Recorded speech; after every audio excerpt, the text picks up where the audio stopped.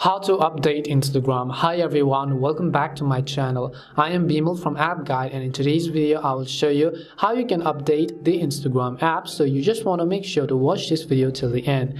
Now you might ask, why would anyone want to update Instagram?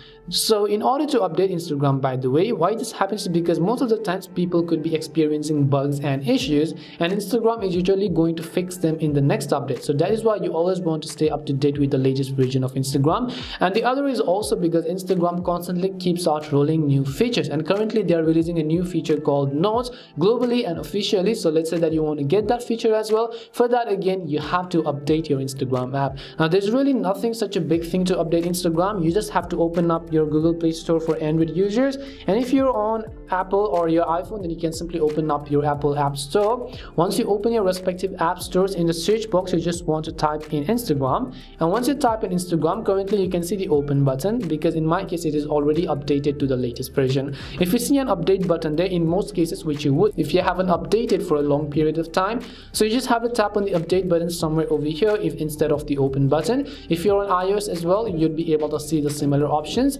After the updating, the installation process may also take a while, so you have to be aware of that.